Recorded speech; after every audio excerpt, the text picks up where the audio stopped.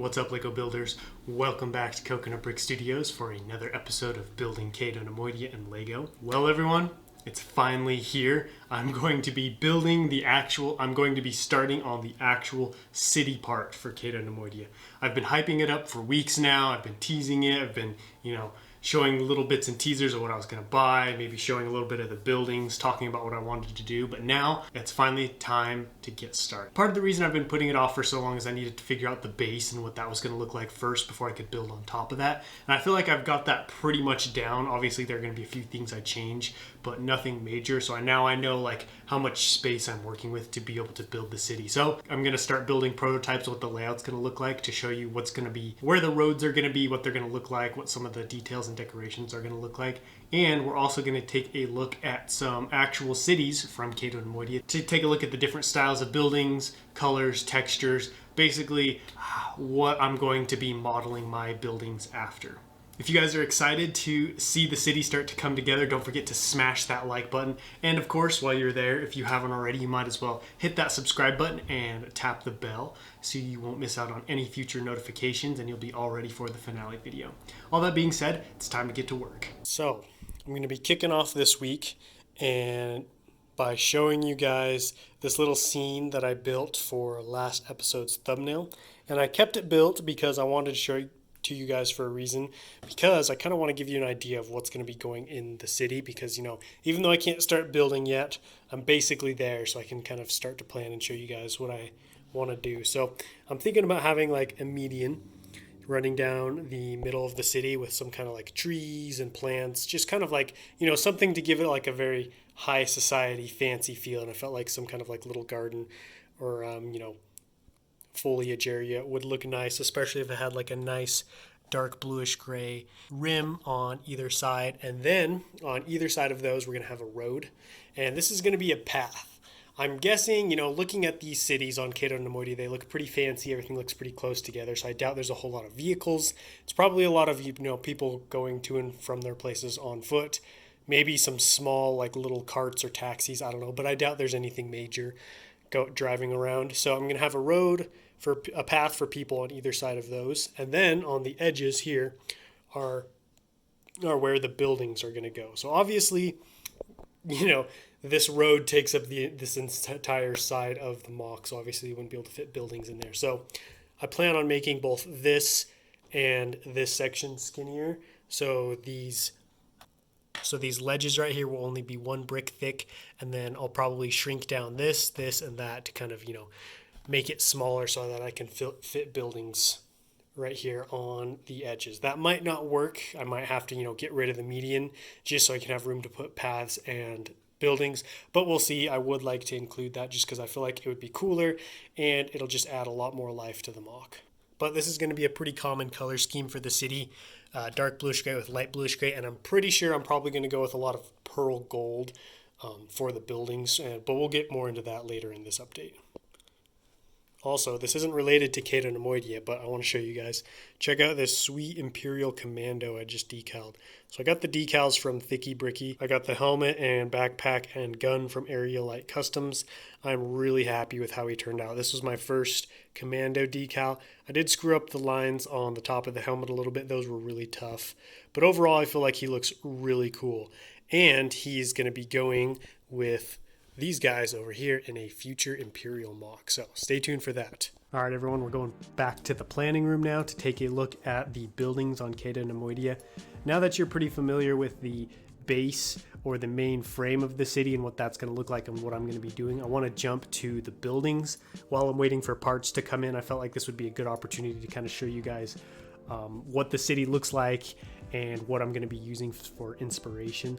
So this is probably one of the better large-scale photos I have of the buildings on Cato Neimoidia. It's kind of a zoomed out view while still getting a pretty decent look at some of the detail on these buildings.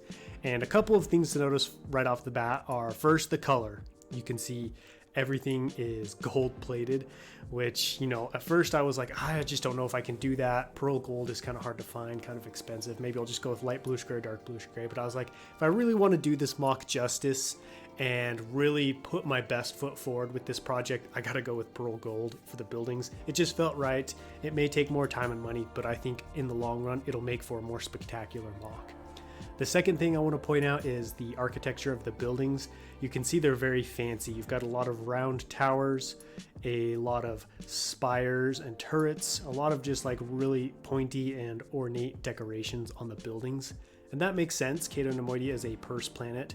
It's a fancy planet. You know, this is kind of, I feel like, in my opinion, a way for the Neimoidians to kind of flex their wealth by building these giant golden hammock cities and then living on them. So I've got a lot of pearl gold coming on the way.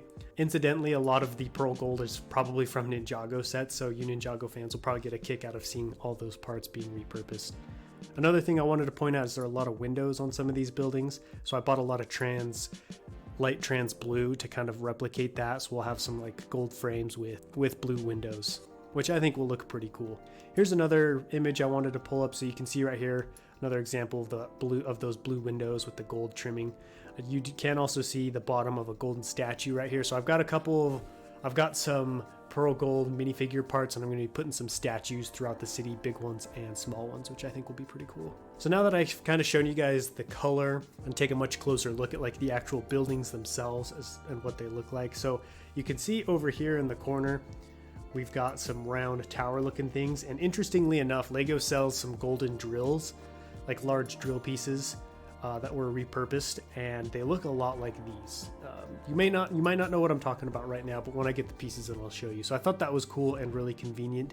And I also noticed in this picture, there's a lot of light bluish gray and dark bluish gray with more, you know, gold trimming, gold decoration, or greebling pieces, so to speak. So I think what I might do is kind of a combination of all three colors, because if you go and you look, there really isn't a large variety of pearl gold, especially when it comes to like actual building blocks, 1x2s, 2x2s, 3x3s, 2x4, all that kind of stuff, or plates, stuff that you need to actually put a city together.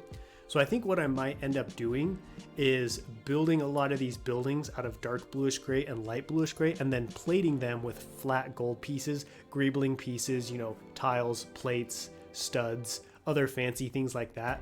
And I feel like that'll help give the idea that these are like buildings plated in gold instead of buildings completely constructed from gold, because I think that'll better capture what Cato Neimoidia looks like, as well as saving me a ton of money and, you know, being able to bring in some variety with these buildings and be able to build some shapes and styles that I wouldn't be able to do if I was only using pearl gold.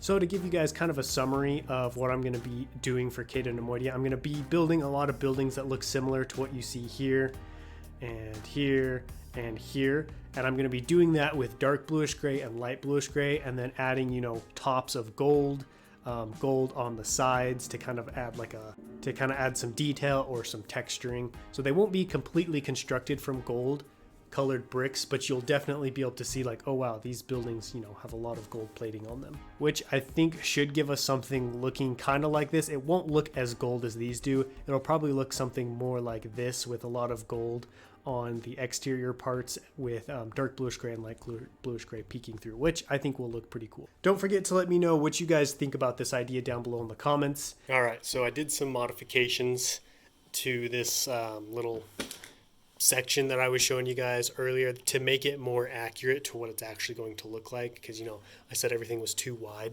So I made this median smaller by 2 bricks. These edges, instead of being 2 bricks wide, are now 1 each. And then I dropped the size of the sides down and the path, and that'll leave me about 8 studs for a building. And I can change that, you know, in different areas, maybe smaller buildings, big buildings, and shrink the size of the road. This is just going to be a general look for what this middle section will look like, with this little garden area on the side. However, there are a couple things that there is something that is still up in the air, and I still need to decide, and that's the height of these walls, these kind of like retaining wall, and that's the height of these retaining wall looking things. So on this side, you can see they're only 2 studs tall. They're just taller than the road. But over here on the other side, I made the wall 3 studs tall, so the same height as a brick. This might not seem like a big deal, but I'm pretty torn because, you know, I don't want this to be too tall or too short. So let me know down below in the comments which height you think looks the best. I'm pretty excited to start getting this city put together though. Now that you guys have kind of seen what the buildings are going to look like, you can kind of picture what's going to go along these ridges right here, and then I might have like a little centerpiece right here with some statues. Obviously, this is not going to be very big. It's going to be kind of a small city, which is crazy considering how big this gap is, but I have to take into consideration these cables and stuff. So once I get the city hooked together and hooked to these cables, I actually might extend it over the top of the cables and put buildings up top on here, just to see if that'll maybe help the city look a little bit longer. Still not 100% sure on that one. I got to get everything hooked together and stuff. So that'll wrap up this week. Not a ton of building got done, but I did get some great planning done, and I feel like once I get parts in, I've set myself up to get really a huge chunk of this city done. I'm hoping to have this entire base, this entire city section covered up by the beginning tile. Maybe not all the buildings done and stuff, but I have a lot of parts on the way. So I'm really excited to hopefully get this hooked up to the cables next week and get most of that tiled off, which would really set me up to get this mock done, beginning of next year. All that being said, it's time to hit the outro. Well, another week down, and I'm one step closer to finishing Cato Neimoidia. I'm really excited because I have so many parts coming in this next week, and I have so much figured out that I feel like these next 2 weeks I can really just buckle down and build. Hopefully get, some of the buildings started. I would like to get, like I was saying, that whole terrain, that whole base area finished. I'm excited too to finally have decided and set my mind to what I'm going to be doing for the buildings. For the longest time, I was on the fence about what color I would make them. I was thinking about doing light bluish gray or dark bluish gray just because pearl gold would have been so, like I was saying, it's kind of hard to find and would be hard to build buildings.